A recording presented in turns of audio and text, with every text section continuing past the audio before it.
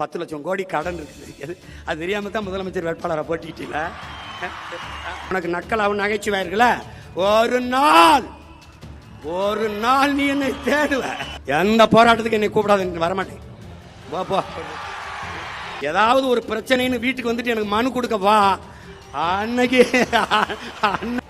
எதுக்கு வந்திய? 6 சிலிண்டர் எப்படி கொடுக்குறீங்க நானும் பார்க்க தானே போறேன். எப்படி கொடுக்குறீங்க? ஏன் போட்டேன்? என் பேத்தி சொல்லிச்சு போட்டேன். உன் பேத்தி ஒரு குவார்டர் கேக்கு வாங்கி கொடுப்பியா? ஏது பேத்தி சொல்லிச்சு போட்டேன். நல்வாய்ப்பா தப்பிச்சு போயிட்டு எல்லாரும். ஒரு 5-6 பேரோட உள்ள வந்திருந்தேன். மொத்த பேரும் வெளியில தான் இருக்கணும். நீ கஷ்டம் வரும்போதான கோயிலுக்கு போவா. ஒரு நாள் என் கோயிலுக்கு நீ வருவானி என்கிட்ட வருவானி. பேசுவது வேடிக்கையா இருக்கிறது. வேடிக்கை காட்டினது தலைவனா தெரியும். ஒன்னும் பண்றதுக்கு இல்லை. ஒன்னும் பண்றது இல்லை. அவர்களுக்கு தேவை கருத்தல்ல, வெறும் கவர்ச்சி.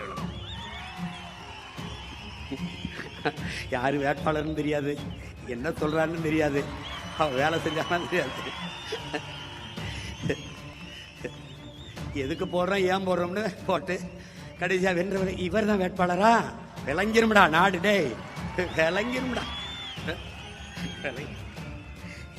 இதுக்கு Marx, Lenin, Engels, Ingersoll, Socrates, Plato, Aristotle, Buddhan, Phule, Ambedkar, Fidel வேறா, பகத்சிங், வள்ளுவன், கம்பன், கபிலன், இளங்கோ எல்லாம், பாரதிதாசன், பெருஞ்சித்திரனார். ஒரு இளவந்தவில்லை.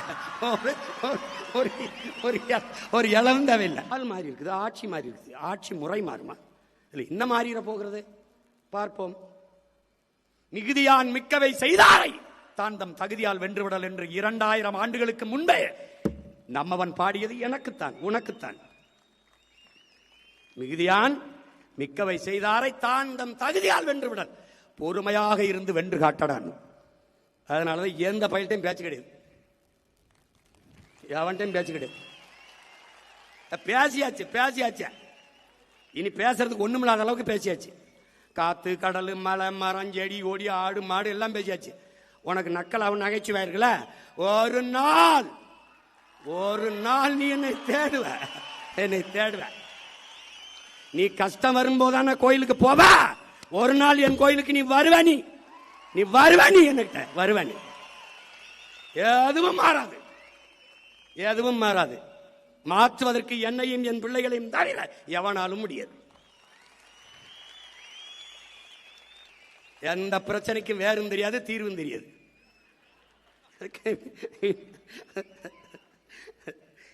வந்துகிட்டு 10 லட்சம் கோடி கடன் இருக்குது. அது தெரியாம தான் முதலமைச்சர் வேட்பாளரை போட்டிக்கிட்டீங்களா? நல்ல வேலை என்னைய தோக்கடிச்சு உள்ள வரவிடாம விட்டான். உள்ள போய் இருந்த நல்வாய்ப்பா தப்பிச்சு போயிட்டு எல்லாரும். ஒரு 5-6 பேரோட உள்ள வந்திருந்தேன். மொத்த பேரும் வெளியில தான் இருக்கணும். ஏதோ மக்கள் என் மேல பாம்பத்து விட்டாங்களா இல்ல உங்க மேல பாம்பத்து போட்டாங்களா ஒன்றும் தெரியல. ஏன்னா கோயிலுக்கு 10 லட்சம் கோடி கடன். நானா பாட்டா பாடினேன். 10 லட்சம் கோடி கடல்ல நாடு, இதுல இலவசம் வேற பெருவிக்க கேடு. தெருவா ஊரா பேசுனேன். முதலமைச்சர் ஆன பிறகுதான் அவருக்கு தெரியுது 10 லட்சம் கோடி கடன் இருக்குன்னு. ஐய அப்படியா? 10 லட்சம் கடனா? கடன் 10 லட்சம் கோடி இருக்குது. இந்த இலவசங்களை கொடுக்க முடியாது. 1 லட்சம் கோடி ஏற்கனவே வட்டி. பட்ஜெட்டே 3 லட்சம் கோடி தான். வட்டியே 1 லட்சம் கோடி போகுது. நீங்க சொல்ற அறிவிப்பு இதெல்லாம் செயல்படுத்த இன்னும் 10 லட்சம் கோடி கடன் வாங்க வேண்டும். அப்ப மொத்த பட்ஜெட்டையும் வட்டியை கட்டிக்கிட்டு ரொட்டியை திண்டு தெரிய வேண்டியதான் நான் சொன்னேன். நீங்க கேட்கல. அப்ப நீங்க என்ன பண்ணிய?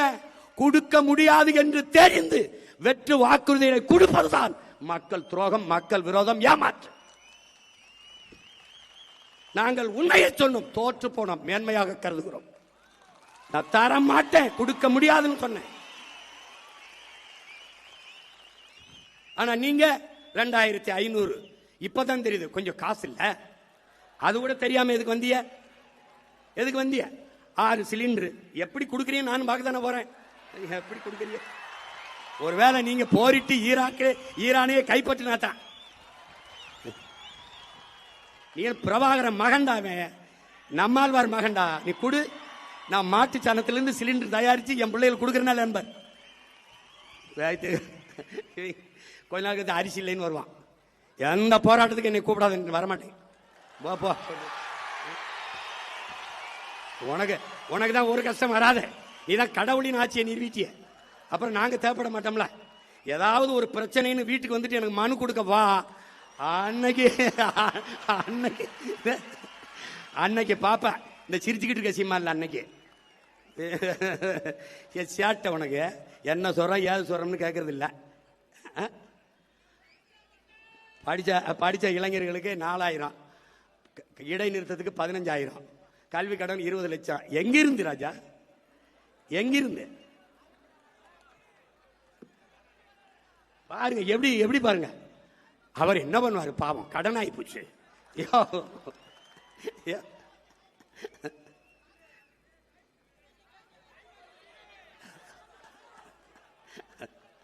வரும் தாய்மாமன் சீர் வரும். நீ பொண்ணு பார்த்துட்டு காத்திரு, தாலிக்கு தங்க வரும். தாய்மாமன் சீர் வரும். இது ஒரு கேவலம்டா, இது ஒரு கேவலம். ஆனா நான் நிறைய பாடம் நடத்தினேன். எனக்கு என் மக்கள் நடத்தின பாடம் இருக்குல்ல, படிக்க முடியல, திணறிட்டேன். ஜனநாயகம் அதான் சொல்றான். ஹிட்லரு எத்தனை ஆண்டுக்கு முன்னாடி சொல்றான் பாருங்க, மக்கள் ஒருபோதும் அறிவு தலைமையை தேட மாட்டார்கள், கவர்ச்சியை நோக்கித்தான் ஓடுவார்கள். கவர்ச்சியால் உருவாக்கப்பட்ட சமூகம் ஒருபோதும் அறிவு சமூகத்தை படைக்காது. ஏன் போட்டேன், என் பேத்தி சொல்லிச்சு போட்டேன். உன் பேத்தி ஒரு குவார்டர் கேக்கு வாங்கி கொடுப்பியா? ஏனது பேத்தி சொல்லிச்சு போட்டேன், பேரன் சொன்னா போட்டேன்.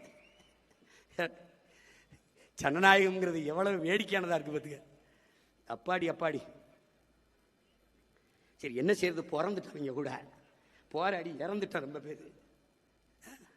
நான் பாட்டுக்கு படம் எடுத்து ஏதோ வருஷத்துக்கு ஒரு 2 படத்தை எடுத்து பிடிச்சி நடிச்சு பழத்திட்டு இருந்திருப்பேன். என்னைய கூட்டி கொண்டு வச்சு மண்டைய கழுவி நான் என்ன செய்யறது அங்கே போயின்னு. நீங்க போய் இறங்குங்க, உங்களுக்கு என்ன செய்யறதுன்னு தெரிய வந்துரும்னு. எனக்கு தெரிய வந்துருச்சு, இங்க பல பேருக்கு ஒன்றும் தெரிய வரவே இல்லையே. அதான பிரச்சனை.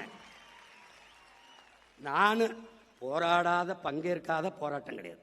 இப்படி திரும்பி பார்த்தா கட்சி ஆரம்பிச்ச காலத்திலிருந்து இந்த 15 ஆண்டுகள் இப்படி திரும்பி பார்த்தா எல்லா போராட்டம், வெயில், மலை, காடு, பசி, வட்டினி, எத்தனாயிரம் கிலோமீட்டர் பயணம், எத்தனாயிரம் மணி நேரம் பேச்சு, எதுவுமே பயனில்லை. எதுவும் பயனில்லை. ஆனா என்ன நினைக்க வேண்டியிருக்கு, நம்ம விவசாயி மகன் அப்பா விதைக்கிறாரு முளைக்கல, மறுபடியும் விதைக்கிறாரு முளைக்கல, மறுபடியும் விதைக்கிறாரு முளைக்கல. ஆனா மறுபடியும் உழுது நம்பிக்கையோட ஒரு விவசாயி விதைச்சிக்கிட்டு இருக்கான் பாரு. ஏன்னா நிலத்தை தரிசு போட முடியாது.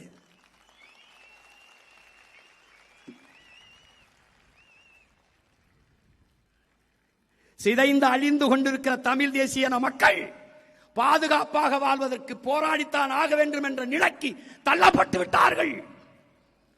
இந்த வரலாற்றின் பேரடைப்பில் இருந்து, பெரும் பணியில் இருந்து தமிழ் இளம் தலைமுறையினர் விலகிச் செல்ல முடியாது என்கிறார் எங்கள் உயிர் தலைவர்.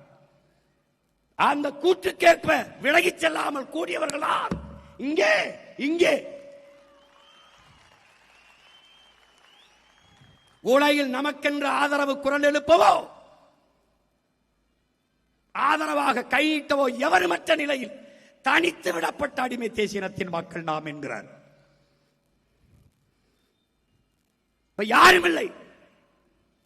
எனக்கு நான், உனக்கு நீ, நமக்கு நாம். நம்முடைய உணவை நாமே எடுத்து உண்பது போல, நம்முடைய மூச்சுக்காற்றை நாமே சுவாசிப்பது போல, நமது உரிமையை, நமது விடுதலையை நாமே போராடி பெறுவது. அதை நிறுவி காட்டினான் நம்முடைய தலைவன். எந்த ராணுவத்திடம் படை உதவி கேட்கல. சொந்த நாட்டு மக்களை, தன் இனத்தின் மக்களையே ராணுவமாக கட்டி